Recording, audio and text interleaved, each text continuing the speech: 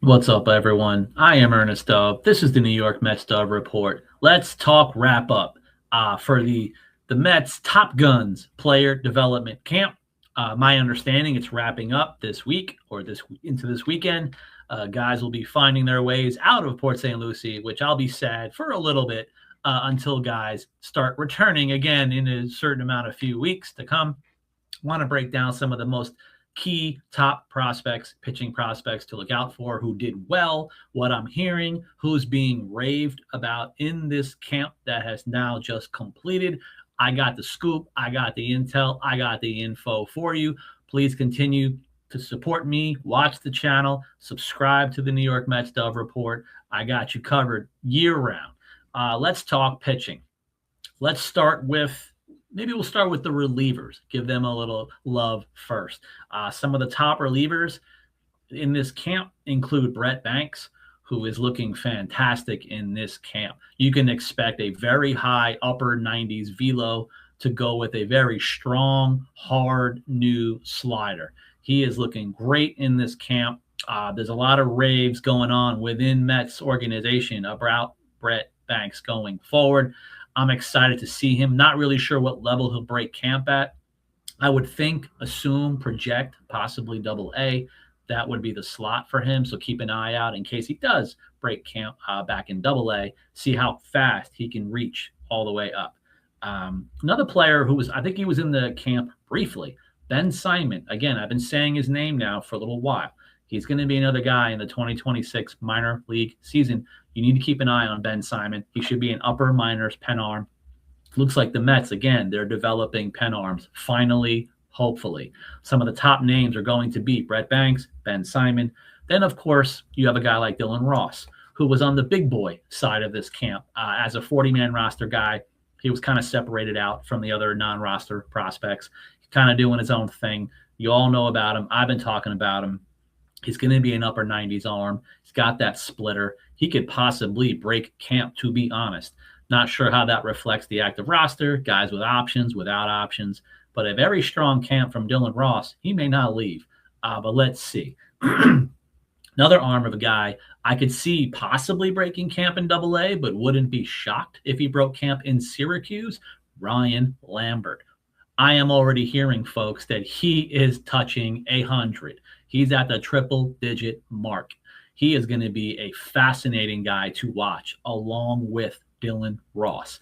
Can Lambert and Ross be a combo for high leverage pen arms for the Mets to finally develop and in bulk with a number of these guys? This is exciting stuff to hear for Ryan Lambert. You can't teach this velocity of sorts.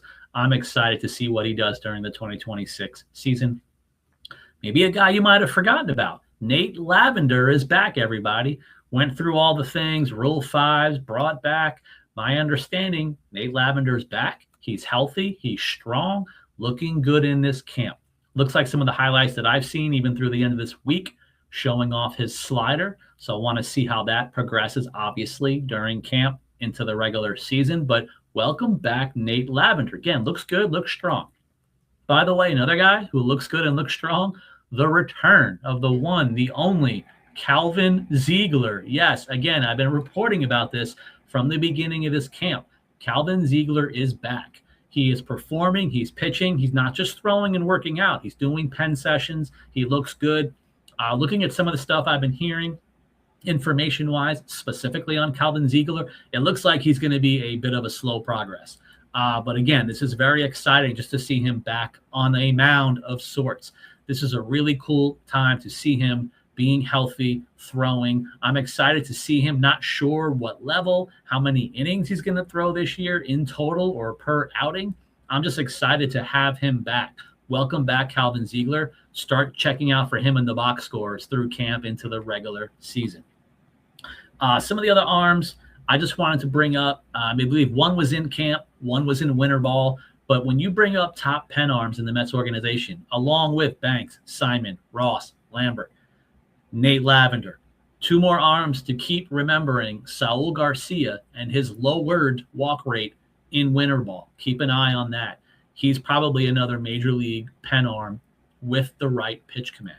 Another guy I've been talking about for a while now, even towards the end of the last season, Brian McGuire. He's going to be a guy you need to pay attention to. He's a guy in his older 20s, but he is a very successful arm. He's got electric stuff. I wouldn't be shocked if Brian McGuire is in the major leagues in 2026. He may get his shot depending on need, circumstances, health, and timing.